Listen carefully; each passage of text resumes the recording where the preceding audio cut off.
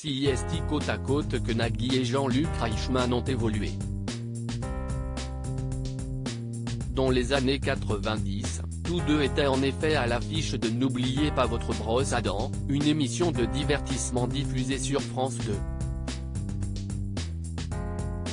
Il avait une qualité qui est essentielle pour moi à la télévision, il avait la radio dans ses veines, confie d'ailleurs la star de N'oubliez pas les paroles dans le documentaire Jean-Luc Reichmann, un destin hors du commun diffusé samedi soir sur TF1.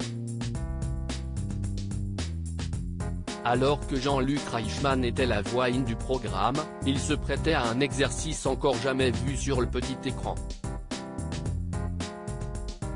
Nagui était sur scène, il faisait le show. Et moi j'étais son premier téléspectateur. Cette complicité et complémentarité est venue de là, a ajouté Jean-Luc Reichmann. Seulement voilà, si Nagui et Jean-Luc Reichmann s'entendaient à merveille, il y a bien une chose qui agaçait l'animateur. On répétait l'émission pendant des heures et par moments on pouvait s'interrompre pour régler un sketch, une cascade, puis on pouvait reprendre. T'es prêt Jean-Luc ? Jean-Luc, je sors du plateau pour aller voir si sa moto est là. Elle n'est plus là ? Tout le monde me disait, il est parti faire une voix off.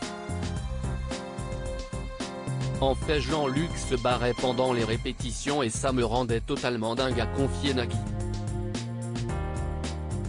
En plus, il commençait à ne plus être sur la même longueur d'onde. Il y avait des vannes qu'il faisait qui ne me faisaient pas rire et d'autres sur lesquelles je partais et il ne me suivait pas.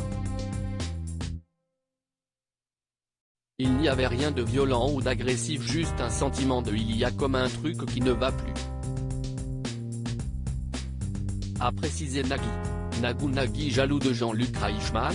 Il répond à noter qu'à cette même époque, Jean-Luc Reichmann a ensuite été débauché par Béatrice Esposito, alors responsable des divertissements de France 2, qui cherchait un nouveau visage pour relancer les midis de la chaîne.